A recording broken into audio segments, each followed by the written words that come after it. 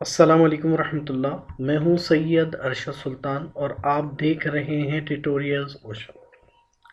हम डिस्कस कर रहे हैं website backend development course with PHP my SQL और ये हमारे इस कोर्स का पार्ट 11 है जिसमें हम डिस्कस करेंगे पीएचपी 7 कांस्टेंट। जी स्टूडेंट, हम डिस्कस करेंगे कि पीएचपी 7 में किस तरह कांस्टेंट डिफाइन किए जा सकते हैं।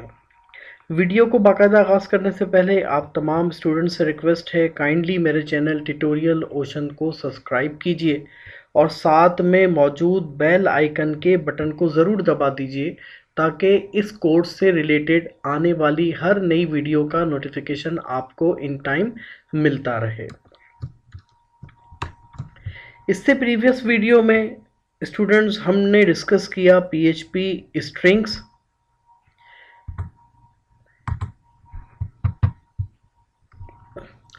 पीएचपी स्ट्रिंग फंक्शंस हमने डिस्कस किए। अगर आपने पीएचपी स्ट्रिंग फंक्शंस का ट्यूटोरियल वीडियो नहीं देखा है तो डिस्क्रिप्शन में इस वीडियो का लिंक मौजूद है। अपने टॉपिक की तरफ चलते हैं और बाकायदा आगाज़ करते हैं अपने टॉपिक पीएचपी 7 कांस्टेंट को और डिटेल के साथ आसान और सहल अंदाज में समझने की कोशिश करते हैं कि पीएचपी 7 में कांस्टेंट किसे कहा जाता है और क्यों इस्तेमाल किए जाते हैं। हमने प्रीवियस वीडियो में डिस्कस किया पीएचपी वेरिएबल्स को। हमने ये बात डिस्कस की कि पीएचपी वेरिएबल्स क्या है। वेरिएबल एक कंटेनर है जहां पर हम अपने डेटा को, इंफॉर्मेशन को होल्ड करते हैं और उस वेरिएबल का एक नाम असाइन कर देते हैं ताकि जब भी हमें उसको डेटा को इस्तेमाल करना हो, यूज़ करना हो, तो हम उस नेम से उसको कॉल कर सकें और उस एक डेटा को मल्टीपल टाइम हम यूज़ कर सकें। वेरिएबल की हमने ये खासियत भी डिस्कस की कि वेरिएबल जो है वो during running script any time हम उसको चेंज कर सकते हैं। इसी तरह आज हम जो डिस्कस करने जा रहे हैं, हम डिस्कस करने जा रहे हैं पीएचपी 7 में कांस्टेंट। तो कांस्टेंट क्या है? कांस्टेंट जैसे कि नाम से आपको अंदाजा है कि फिक्स होते हैं, चेंज नहीं होते। A constant is an identifier name for a simple value. The value cannot be changed during the script. यानी PHP वेरिएबल्स की तरह ये भी एक आइडेंटिफायर है जिसमें हम किसी वैल्यू को एक सिंपल नेम असाइन कर सकते हैं, बट ये जो वैल्यू है ये चेंज नहीं होती। इसको जो है कांस्टेंट कहा जाता है PHP में। पीएचपी जब हम आगे बढ़ेंगे तो उसकी और भी बहुत सारी प्रैक्टिकल एग्जांपल्स हम देखेंगे। जब हम प्रोजेक्ट करेंगे तो हम वहाँ पर भी हम इसको इस्तेमाल करके देखेंगे। आज के इस वीडियो ट्यूटोरियल में हम इसका सिंटैक्स और इसका बेसिक कॉन्सेप्ट क्लियर करेंगे कि इसको किस तरह डिफाइन किया जाता है, और जब हम आगे बढ़ेंगे तो वहाँ पर हम इसका बाकायदा प्रैक्टिकल भी करके देखेंगे। PHP 7 के अंदर या PHP 5 के अंदर हम दोनों ही चीज़ों को देखेंगे कि PHP 5 में किस तरह कांस्टेंट डिफाइन किया जाता है सिंपल, और PHP 7 में PHP कांस्टेंट में क्या फ़र्क आया है। तो इन दोनों पॉइंट्स को आज हम इस वीडियो ट्यूटोरियल में क्लियर करने वाले हैं। ये बात तो हमें समझ में आ गई कि PHP 7 के अंदर PHP में कांस्टेंट से क्या मुराद है। कांस्टेंट से मुराद एक सिंपल नेम है जो हम किसी वैल्यू को या किसी डेटा को असाइन कर देते हैं बट जो तब्दील नहीं होता। Create PHP constant. To create a constant, use define function. Define function का इस्तेमाल करेंगे और इस define function के जरिए हम अपने constant को डिक्लेयर करते हैं यानी बनाते हैं। PHP के अंदर जो constant क्रिएट करने का सिंटैक्स है, हम define का फंक्शन डिफाइन करेंगे, लिखेंगे, उसके बाद हम नेम लिखेंगे। आप नेम डिफाइन करेंगे, नेम ऑफ कांस्टेंट। उसके बाद आप यहाँ पे वैल्यू डिफाइन करेंगे। यानी अगर हम इसको गौर से देखते हैं तो इसके अंदर 3 आर्गुमेंट पास किए जाते हैं। नंबर 1 आर्गुमेंट है name of constant, number 2 constant value, number 3 case sensitive, यानी जो हमारा कांस्टेंट होगा वो केस सेंसिटिव होगा या नहीं। ये ऑप्शनल है। अगर आप इस तीसरे आर्गुमेंट को देना चाहें तो दे सकते हैं और ना देना चाहें तो आप इसको डिफाइन ना भी करें। ये है हमारे पास सिंपल इसका ब्रीफ इंट्रो, और जिसमें मैंने आपको सिंटैक्स डिफाइन किया। अब बिला ताखिर हम अपने कोड की तरफ चलते हैं, जहां पर हम इसको डिफाइन करते हैं और इसके बाद उसके रिजल्ट भी देखते हैं। कोड की तरफ जाने से पहले आप तमाम स्टूडेंट इस बात को मेक श्योर कर लीजिए कि आपने अपना जैम सर्वर स्टार्ट कर लिया है, और अगर आपका जैम सर्वर स्टार्ट हो चुका है तो बिला ताखिर अब आप आराम से अपना कोड लिख सकते हैं।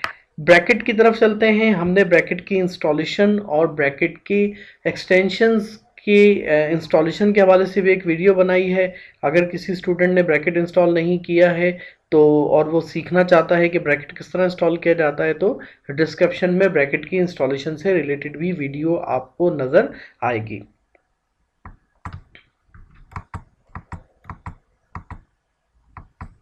हम आ गए अपने ब्रैकेट की तरफ, और आप देख सकते हैं कि ब्रैकेट में मेरे पास एक ऑलरेडी मैंने PHP कांस्टेंट के नाम से एक फाइल तैयार कर ली है आपके लिए, और PHP के बेसिक टैग लगा के इसमें इको के जरिए PHP कांस्टेंट की हेडिंग भी डिफाइन कर दी है। ये वीडियो की लेंथ को कम रखने के लिए ये काम मैं पहले से करके रखता हूँ। आप जो लोग मेरे मुसलसल और मुस्तकिल देखने वाले हैं PHP कोर्स को, तो वो वाकिफ़ हैं कि मैं और एक फ़ाइल का बेसिक स्ट्रक्चर जो है वो पहले से तैयार करके रखता हूँ, ताकि वीडियो की लेंथ हमारी कम से कम हो सके और हम अपने वीडियो में टू द पॉइंट बात कर सकें।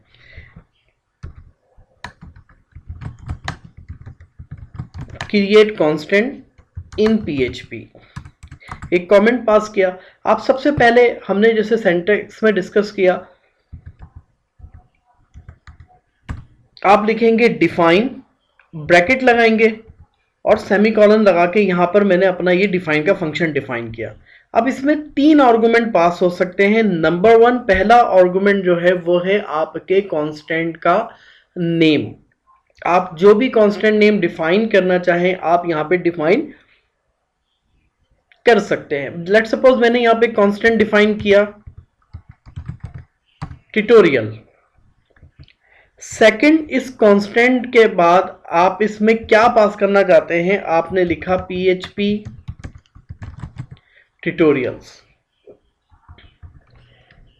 तो ये आपके पास सिंपल यहां पे 2 पैरामीटर्स के साथ, 2 आर्गुमेंट के साथ आपने अपना डिफाइन यहां पे एक कांस्टेंट बना लिया है जिसका नाम है ट्यूटोरियल, और उसके अंदर आपने PHP ट्यूटोरियल्स के नाम से वैल्यू को पास कर दिया है।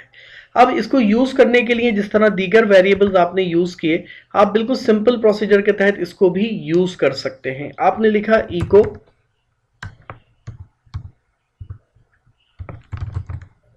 ट्यूटोरियल, सेमी को सेव किया, और अब हम चलते हैं अपने ब्राउजर की तरफ, जहां पे लोकल होस्ट भी डिफाइन में ऑलरेडी कर चुका हूं, और मैंने यहां पे इसको रिफ्रेश किया। तो स्टूडेंट्स आप देख सकते हैं कि PHP ट्यूटोरियल यहां पे मुझे लिखा हुआ नजर आ रहा है। इसके बरक्स अगर हम बात करें अपने वेरिएबल्स की, अगर यही काम मैं किसी वेरिएबल के जरिए करता तो उसमें और इसमें क्या डिफरेंस है उसको भी हम समझ लेते हैं। क्रिएट वेरिएबल इन PHP, मैंने यहां पे एक वेरिएबल बनाया dollar course equals to PHP semicolon echo dollar course echo break line. ये भी हम क्या कर रहे हैं, पिछले कई क्लासेस में हम देख चुके हैं कि मैं ब्रेक लाइन का इस्तेमाल क्यों और किस तरह कर रहा हूं। अब आप यहां से इसको चेक कर सकते हैं, तो आपको रिजल्ट्स तो सेम नज़र आ रहे हैं। यहाँ पे भी PHP ट्यूटोरियल इजीली प्रिंट हो गया, यहाँ पे भी PHP प्रिंट हो गया। अब इसमें फ़र्क क्या है, अब हम इसको समझते हैं।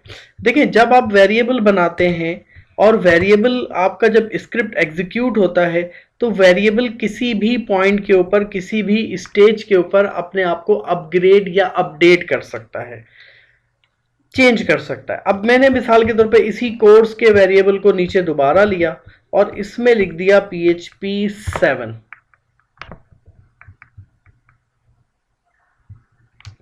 और इसको मैंने दोबारा आपके सामने प्रिंट भी किया।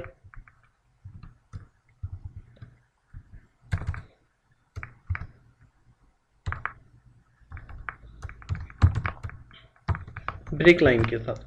तो अब आप ये देखेंगे कि ये जो PHP के लिए मैंने एक वेरिएबल बनाया था आपके सामने कोर्स का, अब आप इसमें देखें कि पहले इसमें PHP था और इसके बाद इसमें PHP 7 ऐड हो गया, यानी इसने स्क्रिप्ट के दौरान वेरिएबल ने अपने आप को चेंज कर लिया। इसके बरक्स अगर हम बात करते ट्यूटोरियल की जो हमने बनाया था, और अब अगर हम इसको अपडेट करें या चेंज करने की कोशिश करें तो ये अपने आप को चेंज नहीं करेगा। मैंने इसी चीज को दोबारा आपको समझाने के लिए कॉपी किया।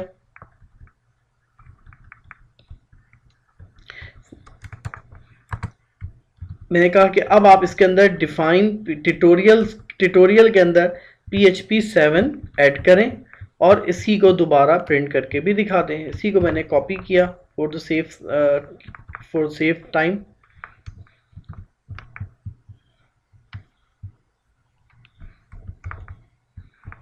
सेव किया और अब आप यहां पे इसको रन करके देखें। तो अब आप यहां देखेंगे वार्निंग आ रहे, constant tutorial already define in PHP constant.php on line number 19। अब आप ये देख सकते हैं कि ये जो ट्यूटोरियल का एक कांस्टेंट था, क्योंकि ये लाइन नंबर 7 में ऑलरेडी डिफाइन था, तो अब आप यहां पर उसको रीडिफाइन नहीं कर सकते। स्टूडेंट्स, उम्मीद है कि आपको इसकी दोनों के डिफरेंस समझ में आ रहे होंगे। अब सवाल ये पैदा होता है कि हमें इसकी ज़रूरत क्या है, हमें इसकी ज़रूरत क्यों दरपेश आती है कि हम अपने वेरिएबल्स को छोड़ के हम यहाँ पर कांस्टेंट इस्तेमाल करें। कांस्टेंट यूज़ करने की रीज़न ये होती है कि बहुत सारी स्टेजेस के ऊपर प्रोग्रामिंग में हमें कुछ ऐसा डेटा चाहिए होता है जो कि फिक्स होता है, जिसको हमें प्रोग्राम की प्रोजेक्ट की किसी भी स्टेज पर उस डेटा को चेंज नहीं करना होता। हम चाहते हैं कि हमारा डेटा हमेशा सेम ही रहे, लेकिन हमें उसको हार्ड कोड नहीं करना होता, बल्कि हमें उसको किसी तरह डिफाइन करना होता है। लेट्स सपोज मैं आपको क्लियर करता हूं, अगर आप एक डायनेमिक प्रोजेक्ट पे काम कर रहे हो और एक CMS डिफाइन कर रहे हैं, तो आपको डेटाबेस का नेम रिक्वायर्ड होगा, होस्ट नेम रिक्वायर्ड होगा, पोर्ट रिक्वायर्ड होगी, यूजर नेम और पासवर्ड रिक्वायर्ड होगा। अच्छा, अब जब आप डेवलपमेंट कर रहे होंगे तो आप लोकल प्रोजेक्ट पे कर रहे होंगे, लोकल मशीन पे कर रहे होंगे, लोकल सर्वर पे कर रहे होंगे। जब आप इसको डिप्लॉय करेंगे, अपने प्रोजेक्ट को ऑनलाइन करेंगे, cPanel पे होस्ट करेंगे, तो फिर आपको उसके अकॉर्डिंग पासवर्ड, यूजर नेम और host name, database name update करना होगा। अगर आपने अपने प्रोजेक्ट के अंदर इसको हार्ड कोड रखा हुआ होगा, तो जिस जिस स्टेज के ऊपर आपने डेटाबेस का नाम यूज किया है वहां वहां आपको जाके इसको तब्दील करना होगा। और अगर आप इसको इन तमाम इंफॉर्मेशन को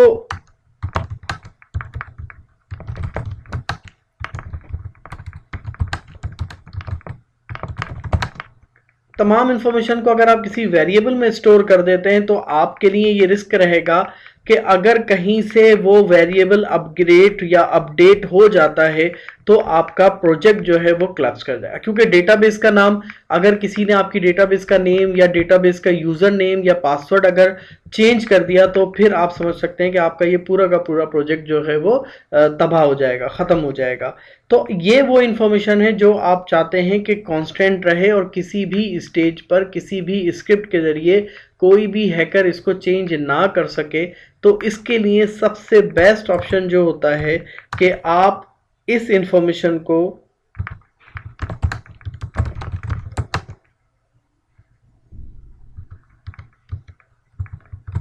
कांस्टेंट, यानी आप इन तमाम इंफॉर्मेशन को कांस्टेंट के जरिए स्टोर करें, ताकि आपका जो डेटा है वो बाहिफाजत जो है सेव रहे और अब आपको किसी किस्म का रिस्क फैक्टर ना रहे।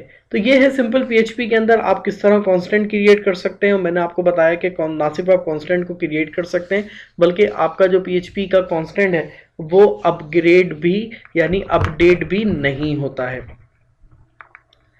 हम डिस्कस कर रहे थे PHP 5 के पॉइंट ऑफ व्यू से। PHP 7 की अगर हम बात करते हैं,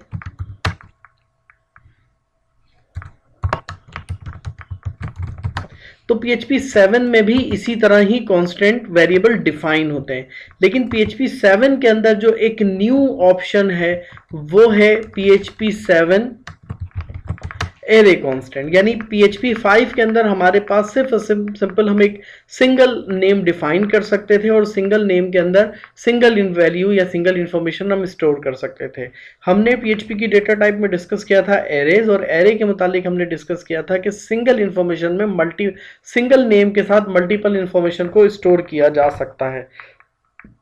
तो इस हवाले से अब हम यहाँ पर जो है वो एक कांस्टेंट डिफाइन कर सकते हैं जिसमें हमारे पास मल्टीपल इंफॉर्मेशन भी स्टोर हो सकती हैं। तो इसको भी हम देख लेते हैं कि PHP के साथ एरेज, PHP में कांस्टेंट एरे किस तरह डिफाइन की जा सकती है।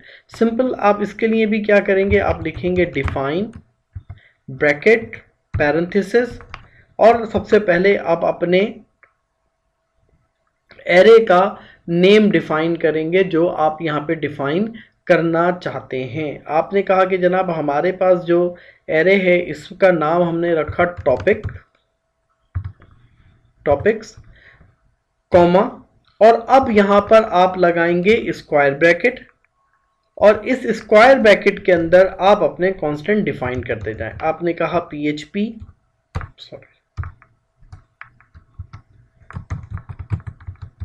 लारावल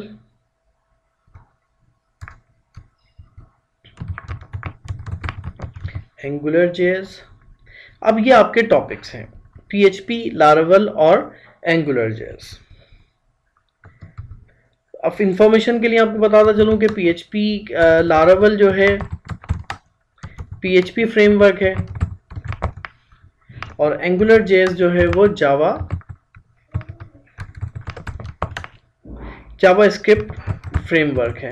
इंशाल्लाह आने वाले दिनों में हम लारावल और AngularJS की सीरीज भी अपने ट्यूटोरियल ओशन के ऊपर स्टार्ट करेंगे। अब आप अपनी इस टॉपिक की जो आपने एक एरे डिफाइन किया, अगर आप इसको भी प्रिंट करना चाहें तो अब आप लिखेंगे इको टॉपिक्स स्क्वायर ब्रैकेट के साथ जो इंडेक्स आप डिफाइन करेंगे वो इंडेक्स का डेटा आपको मिल जाएगा। आपने कहा 1, सेव किया और अब आप इसके रिजल्ट अपने पास देख सकते हैं। रिफ्रेश किया तो अब यहाँ पे आपको लिखा हुआ नजर आ रहा है लारावल। हम यहाँ पे भी इसको ब्रेक लाइन यूज कर लेते हैं एक दफा और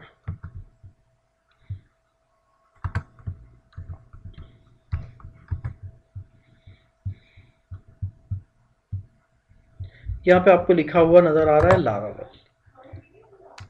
अगर आप इस जगह लिखते 0 तो अब आपको लिखा हुआ नजर आता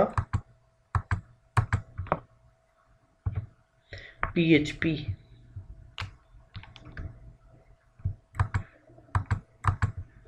और इस जगह पर अगर आप यूज करते लिखते 2 तो अब आपको लिखा हुआ नजर आएगा AngularJS।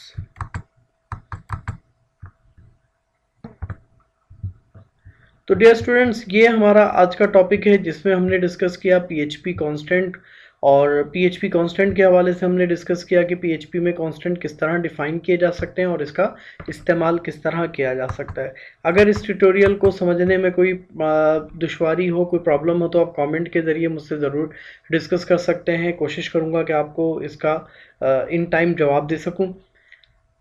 नेक्स्ट वीडियो में हम डिस्कस करेंगे PHP कंट्रोल स्ट्रक्चर, यानी PHP के अंदर हम किस तरह इफ फंक्शन को या कंट्रोल फ्लो किस तरह इस्तेमाल कर सकते हैं। तो आइंदा आने वाली वीडियो बड़ी इंपॉर्टेंट होने वाली है जिसमें हम PHP में डिस्कस करेंगे कि इफ किस तरह इस्तेमाल किया जा सकता है। वीडियो को एंड तक देखने के लिए शुक्रिया। अगर मेरे चैनल ट्यूटोरियल ओशन को अभी तक सब्सक्राइब नहीं किया है तो काइंडली इसको सब्सक्राइब कीजिए और साथ में मौजूद बेल आइकन के बटन को ज़रूर प्रेस कीजिए ताकि आने वाली नई वीडियो का नोटिफिकेशन आपको इन टाइम मिलता रहे। जज़ाकल्लाहु खैरा फिद्दारिन। अस्सलामु अलैकुम वरहमतुल्लाहि वबरकातुहू।